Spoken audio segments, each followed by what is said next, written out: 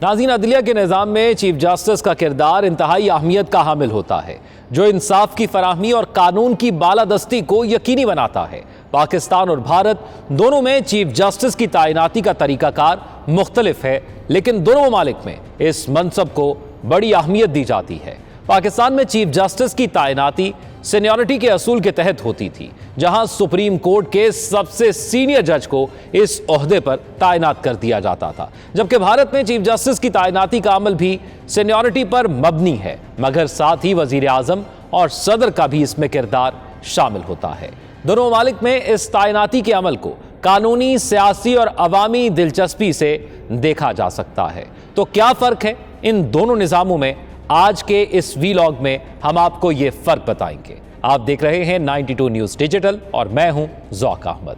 नाज़रीन, chief justice की तैनाती का अमल अदलिया की आज़ादी पर कैसे असरअंदाज होता है, इन सवालात का जायजा लेंगे और आज की गुफ्तगू में पाकिस्तान में नई आईनी तरमीम के बाद मुल्क में चीफ जस्टिस ऑफ पाकिस्तान समेत आला अदलिया के जजेस की तैनाती का इख्तियार पार्लिमानी कमेटी को दे दिया गया है। हुक्मरान इत्तेहाद इसे पार्लिमान की बालादस्ती करार दे रहा है, जबकि अपोजिशन जमातें इसे आज़ाद अदलिया पर हमला करार दे रही हैं।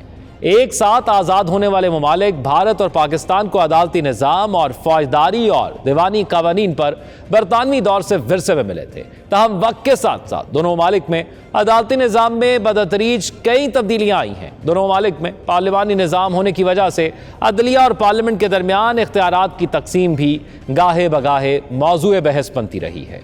इसलिए एक ऐसे मौके पर जब पाकिस्तान में आला अदलिया से मुतल्लिक आइन में बड़ी तब्दीलियाँ की गई हैं, इसके हमसाया मुल्क में चीफ जस्टिस और दीगर जजेस की तकर्री के तरीकाकार का जिक्र बरमहल मालूम होता है। आइए जानते हैं कि पाकिस्तान के हमसाया मुल्क भारत में चीफ जस्टिस, आला अदलिया के जजेस और मातहत अदलिया में जजेस कैसे तैनात होते हैं। नाज़रीन, भारतीय सुप्रीम कोर्ट के चीफ जस्टिस डीवाई चंद्र 9 नवंबर को अपने ओहदे से सुबकदोश हो रहे हैं। उनकी जगह सुप्रीम कोर्ट के सीनियर तरीन जज justice Sanjeev Khanna chief justice का मनसब संभालेंगे। मुल्क को बरतानवी हुकूमत से आज़ादी मिलने के बाद 26 जनवरी 1950 को भारत का आइन नाफिज हुआ। इसी दिन दस्तूर की दफ़ा 124 के तहत मुल्क की सबसे बड़ी अदालत या अदालत उज़्मा, जिसे सुप्रीम कोर्ट के नाम से जाना जाता है, कायम की गई। उस वक्त भारतीय सुप्रीम कोर्ट में चीफ जस्टिस समेत 34 जजेस हैं। सुप्रीम कोर्ट के जजेस का तकर्रुर सदर अपने दस्तखत और मोहर से हुक्मनामे के जरिए सुप्रीम कोर्ट या रियासतों की हाई कोर्ट के जजेस से मुशावरत से करते हैं। जजेस 65 साल की उम्र तक खिदमत अंजाम दे सकते हैं।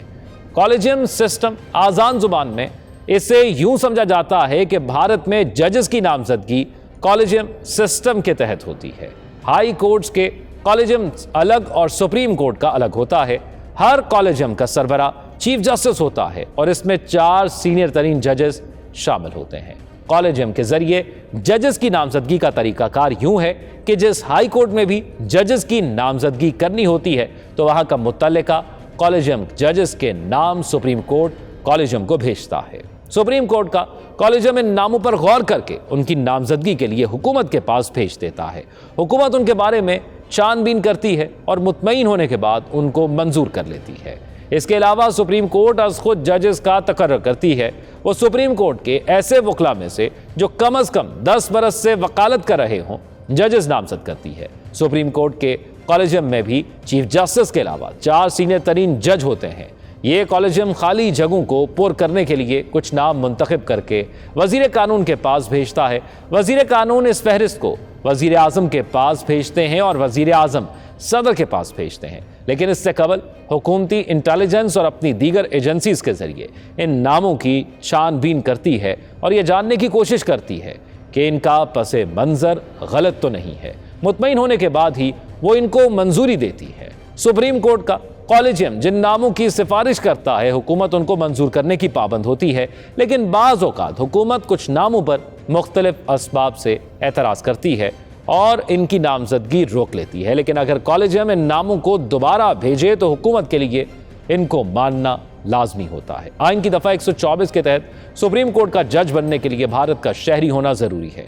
इसके अलावा वो किसी हाई कोर्ट का कम अज़ कम मतवातर 5 साल तक जज रहा हो या फिर किसी हाई कोर्ट में कम अज़ कम मतवातर 10 साल तक वकालत करने का तजर्बा रखता हो। इसके अलावा सदर किसी ऐसे शख्स को भी सुप्रीम कोर्ट का जज नामजद कर सकते हैं जो उनकी राय में एक मुमताज कानूनदान हो। मरकजी हुकूमत भी सुप्रीम कोर्ट के जजेस के लिए अपनी जानिब से कुछ नाम कॉलेजियम को भेज सकती है। हाई कोर्ट्स के चीफ जस्टिस की नामजदगी मुतल्लिका रियासत की पॉलिसी के मुताबिक होती है, ताहम सुबकदोश होने वाले जज सीनियर तरीन जजेस के साथ मुशावरत करके चीफ जस्टिस के नाम की सिफारिश करते हैं और वज़ीर आला के पास भेज देते हैं। वज़ीर आला रियासती गवर्नर के पास भेजते हैं जो कि इस नाम को मंजूरी के लिए मरकजी वज़ीर कानून के पास भेज देते हैं।